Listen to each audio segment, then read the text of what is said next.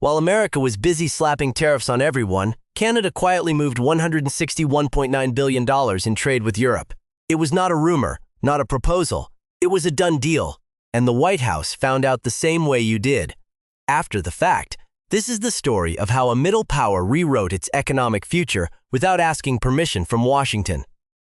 If you're new here, hit subscribe and ring that bell right now. This is Macro Pulse, where global money moves get decoded before the headlines catch up. Let's talk about a number almost nobody is discussing seriously: $161.9 billion. That is the total value of goods and services Canada traded with the European Union in 2024 alone. That isn't a projection or a government estimate padded with optimism. It is the verified figure from Global Affairs Canada, published in a 2025 parliamentary briefing note. And that number is still climbing. Here is what makes this figure explosive. On February 1st, 2025, the United States officially launched a trade war against Canada, imposing 25% tariffs on Canadian steel, aluminum, and finished goods via executive order. At the time, Canada was sending 70% of its total exports, everything it makes and sells, to one single buyer. That buyer just raised the price of doing business by 25% overnight, without warning. For any economy, that is not just a disruption. It is an existential pressure point, but Canada did not panic. Instead, they relied on an escape hatch built years in advance. CETA, the Comprehensive Economic and Trade Agreement, linking Canada to all 27 EU member states. This deal, signed in 2016 and operating provisionally since 2017, eliminated 99% of all tariff lines between the two partners. That is the difference between a struggling exporter and one with tariff-free access to a market of 450 million consumers and a $25 trillion GDP. Since CETA's inception, Canadian merchandise exports to the EU have jumped 51.1%. This isn't just trade, it's deep structural integration, with EU foreign direct investment into Canada reaching $158.1 billion in 2023, and Canadian companies holding $287.2 billion in direct investments inside EU member states. Capital is now anchored deep into both economies. Then, on March 5, 2026, in Toronto, EU Trade Commissioner Maroš Šefčovič and Canadian Trade Minister Maninder Sidhu signed a package of enhancements to CETA and launched a formal Canada-EU Digital Trade Agreement. This deal covers data sharing, cybersecurity, and AI regulatory alignment, moves that signal a clear, quiet pivot away from a volatile North American neighbor. With $5 billion in new trade infrastructure and a national mandate to double non-US trade within a decade, Canada isn't just reacting to a trade war. It is systematically rewiring its entire economic nervous system. As we established, the February 2025 shock, the sudden 25% tariff wall thrown up by Washington, was supposed to be Canada's breaking point. Instead, it became the catalyst for a fundamental decoupling.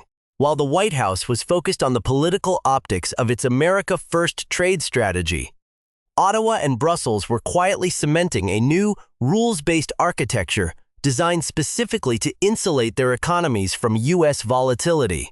This isn't just about trade volumes. It's about strategic hedging.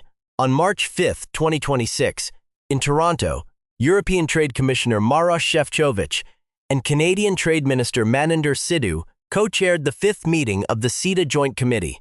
The official agenda was framed as modernization, but the underlying intent was clear: operationalizing a bypass.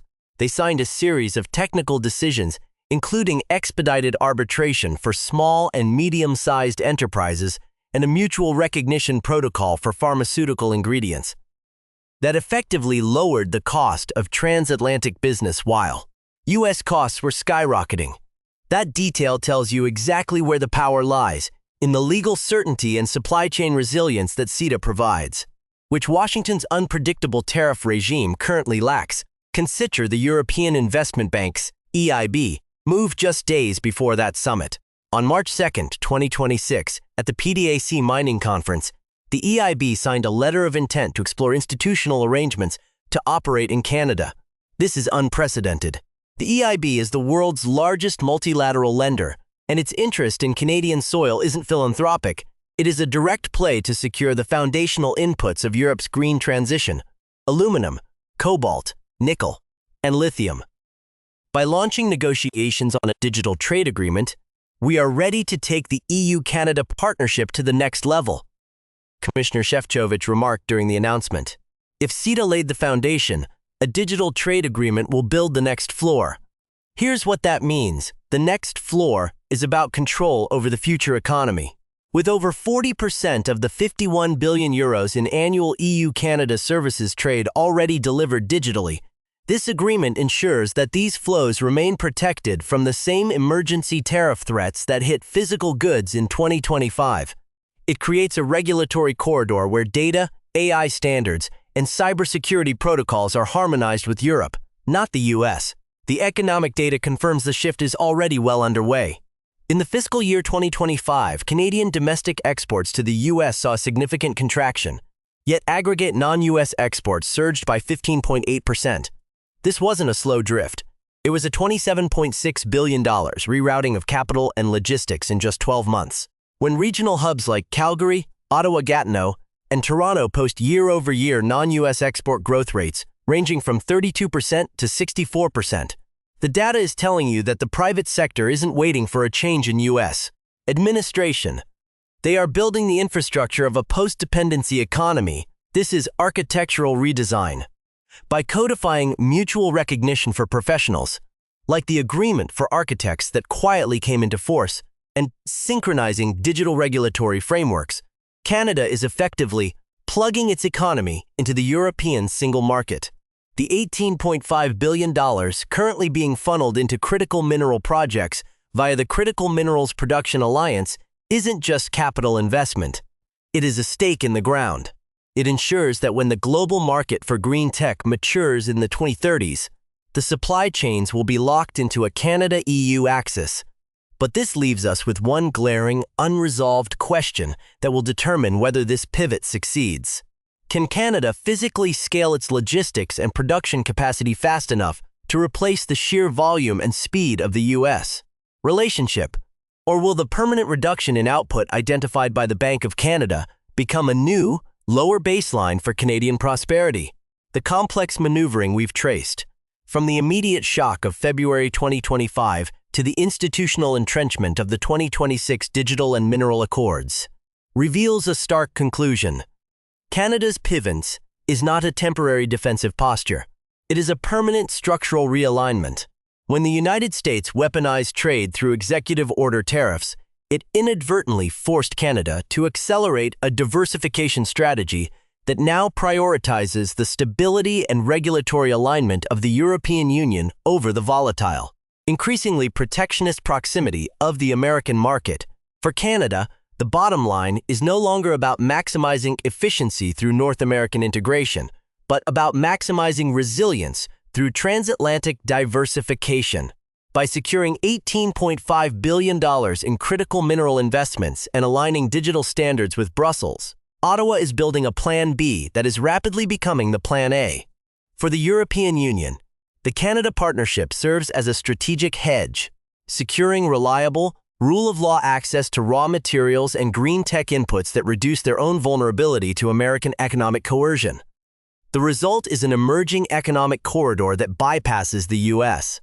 entirely in key, high-growth sectors. The likely next moves will focus on the next floor mentioned by Commissioner Šefčovič, the completion of the digital trade agreement and the ratification of CETA by the final holdout EU member states. As these legal frameworks solidify, we should expect a hardening of trade routes.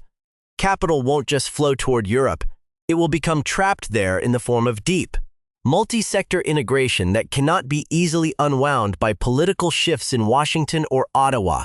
The core insight here is that when a middle power like Canada recognizes that its primary trade partner has become an agent of instability rather than a source of growth, it will prioritize institutional reliability over geographical convenience. The era of the North American monolith is fracturing, not through a single dramatic break, but through the patient, quiet, and persistent construction of an alternative economic reality. Canada and the EU are not just trading. They are building a durable, cross-continental firewall against the unpredictability of a new, tariff-driven international order.